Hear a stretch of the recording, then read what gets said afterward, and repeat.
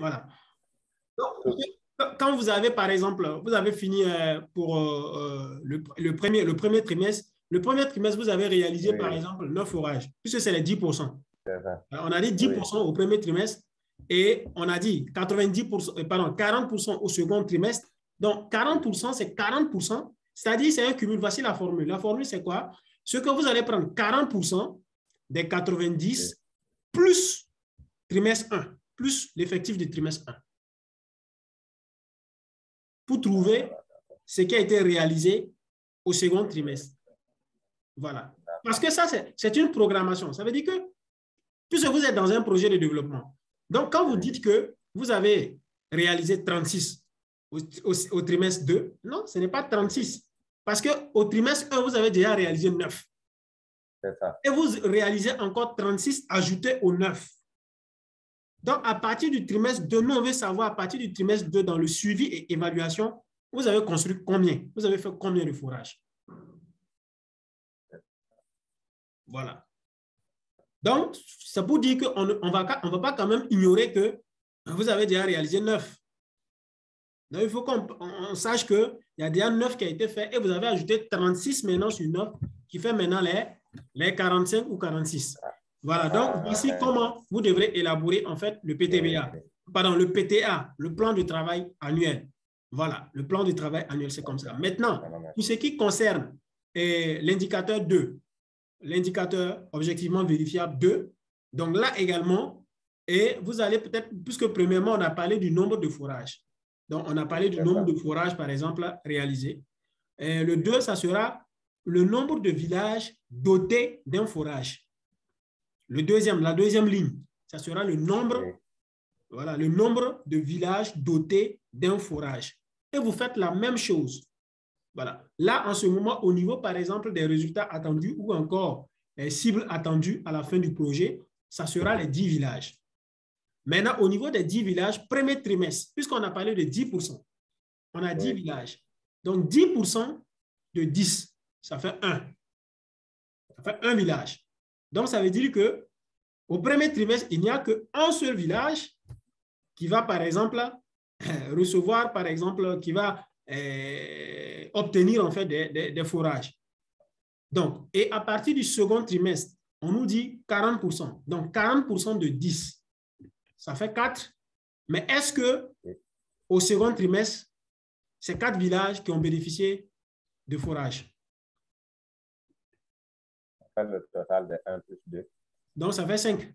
Ça fait 5 villages. Donc, c'est le cumul. Donc, au niveau de PTA, c'est le cumul. Voilà. Et vous voyez que le PTA est différent du PTBA. Alors, le PTBA, ça, c'est le plan de travail du budget annuel. C'est différent du PTA. Le PTA, ça, c'est le plan de travail annuel. Voilà. Voilà. Donc, voici comment on peut élaborer le PTBA et comment on peut également élaborer le PTA. Maintenant, est-ce que vous avez des questions par rapport à ce que j'ai expliqué?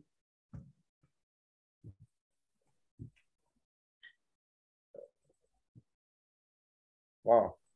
Moi, j'ai une question. Allez-y. Je peux aller. Oui, oui. OK. Par exemple, au niveau du tableau, on voit par exemple pour les PTBA, on voit qu'on a mis observation. Oui. Bon, à ce niveau, c'est pendant l'élaboration ou bien pendant l'élaboration qu'on fait l'observation ou bien c'est lorsqu'on fait tout et au moment de l'exécution maintenant, on relève comment on appelle, les observations faites. Oui, oui. Après, puisque là, vous avez, ça c'est l'élaboration. Maintenant, vous allez constater les observations. Les observations, ça sera, c'est comme en fait le suivi et évaluation. Et quand on parle de suivi et évaluation, ce n'est pas pendant l'élaboration de ce que vous êtes en train de faire. C'est plutôt lorsqu'il y a opérationnalisation qu'on peut parler de suivi et évaluation pour pouvoir faire des observations.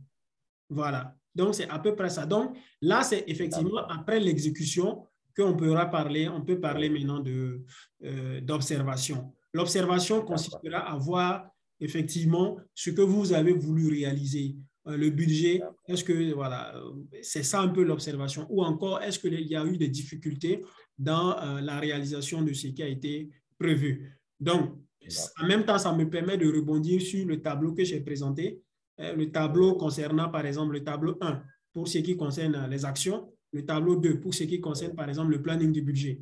Le tableau 1, c'était le planning des actions. Le planning des actions, vous avez vu, on a eu date prévue et on a eu également date de réalisation et on a eu aussi l'écart. Donc, date prévue, date de réalisation et l'écart, ça doit nous permettre de faire ce qu'on appelle un suivi des différentes actions. Et on a eu aussi le planning, par exemple. Et même au niveau de ce tableau, il y a aussi observation. Donc, l'observation consiste à faire un commentaire. Là, on a mis commentaire, c'est pareil que l'observation. Donc, c'est de voir quel est l'écart. Bon, c'est d'expliquer en fait l'écart en quelque sorte. Maintenant, au niveau du planning du budget, vous avez vu, on a eu, par exemple, le budget prévu, le coût prévu et le coût réalisé. Et aussi l'écart. Donc, il y a quel écart entre le coût prévu et le coût réalisé? Cela nous permet, à partir de l'écart, de faire ce qu'on appelle des commentaires. Voilà. Donc, alors que si ça n'a pas été réalisé, on ne peut pas faire de commentaires, on ne peut pas observer. Voilà. Mais c'est quand c'est réalisé que nous allons faire la comparaison avec la situation passée, c'est-à-dire situation actuelle et situation future. Donc, on fait la comparaison de la situation actuelle et la situation future. Bon, là, je suis dans la prévision, mais quand c'est déjà réalisé, c'est de faire la comparaison maintenant entre la situation existante, présente et la situation passée. Voilà. Merci. OK. Autre question?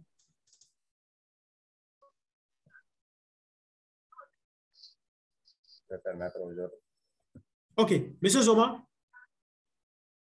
Oui, je suis là.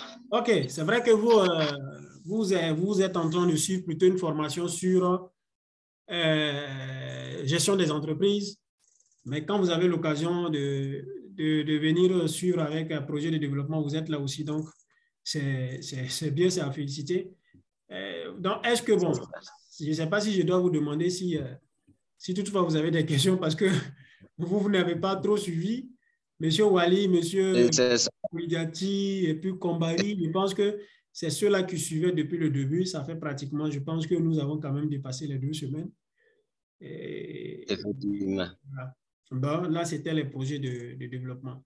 Maintenant, comme je dis, demain, on va permettre au monsieur Wali et puis ceux qui ont suivi la formation sur les projets de développement de suivre la formation également sur le montage de projets et que ceux qui font